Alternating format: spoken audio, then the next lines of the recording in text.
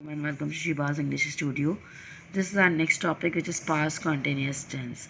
Today we are going to start past continuous tense. Its first part we are doing here. First, I'm going to write down the formula for the past continuous tense. The formula is subject, was, were. Here we are using its auxiliaries was and were, V4 plus object. Was and were, we use was with the singulars and were with plurals. Singulars के साथ आप was use करेंगे, Plurals के साथ आप were use करेंगे. Fourth form again is the present participle form, जो कैसे बन रही है आपकी, जब आप V1 में ing ऐड करते हैं तो ये आपकी प्रेजेंट पार्टिसिपल फॉर्म बन जाती है. एस इज़ योर सब्जेक्ट यानी कि काम करने वाला. O is your object means जिस पर काम हो. ठीक है भाई.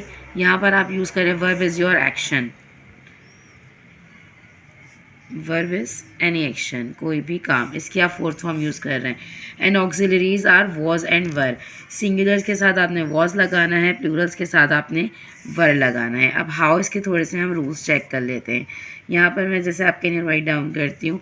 अगर हमारे पास सेंटेंस में यहाँ पर सब्जेक्ट हमारा if subject is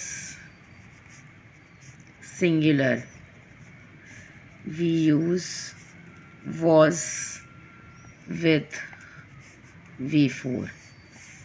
If we have plural subject, we use were as its auxiliary.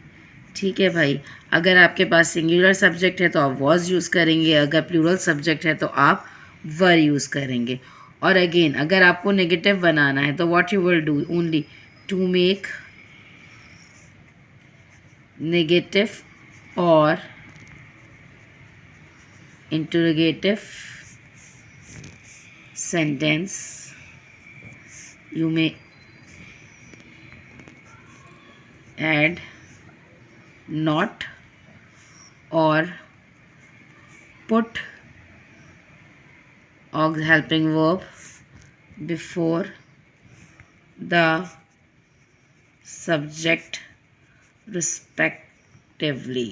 यानी कि अगर आपके पास नेगेटिव बनाना है तो आप नॉट लगा दीजिए उसमें आप ऑक्सिलरी के बाद, और अगर इंट्रोगेटिव बनाना है आपने तो आप सब्जेक्ट से पहले अपना हेल्पिंग वर्ब लग देंगे. Sentence you may add not after the helping verb और put helping verb before the subject to make the interrogative sentence. ये इस तरह से आपका तैयार हो जाएगा sentence. The formula is subject was were V4 object. In all the continuous tenses we are using fourth form of verb. चाहे present continuous करें हम, चाहे पास्ट कॉन्टिन्यूस करें, चाहे future continuous, in all the continuous tenses we are using V4 यानी कि verb का fourth form हम यहाँ पर यूज़ कर रहे हैं. इसके साथ साथ जितने सिंगुलर सब्जेक्ट्स आएंगे आप उनके साथ वॉज यूज़ करेंगे. अच्छा, आई के साथ भी आप यूज़ करेंगे I was. With I we use was as its helping verb. ठीक है भाई. आई के साथ भी आप was यूज़ करेंगे. अच्छा, यू का तो आपको पता है, यू एज ए सिंगुलर भी एक्ट करता है और एज ए प्लूरल भी एक्ट करता है. तो आप यू के साथ हमेशा जो प्लूरल वाली ऑक्सिलरी होती है आप हमेशा वो पिकअप करते हैं. लाइक यू was नहीं होगा, यू के साथ वर्ड लगेगा. ठीक है. यू के साथ आप क्या लगाएंगे,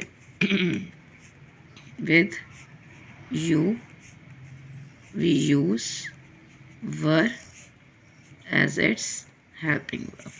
ठीक है भाई. तो इसका हेल्पिंग वर्ब हम क्या लगाएंगे, वी यू के साथ हम वर यूज़ करेंगे, आई के साथ वॉज, और बाकी तमाम सिंगुलर्स के साथ आप वॉज लगाएंगे, प्लूरल के साथ आप वर लगाएंगे. होपफुली यहाँ तक ये आपको समझ में आया होगा.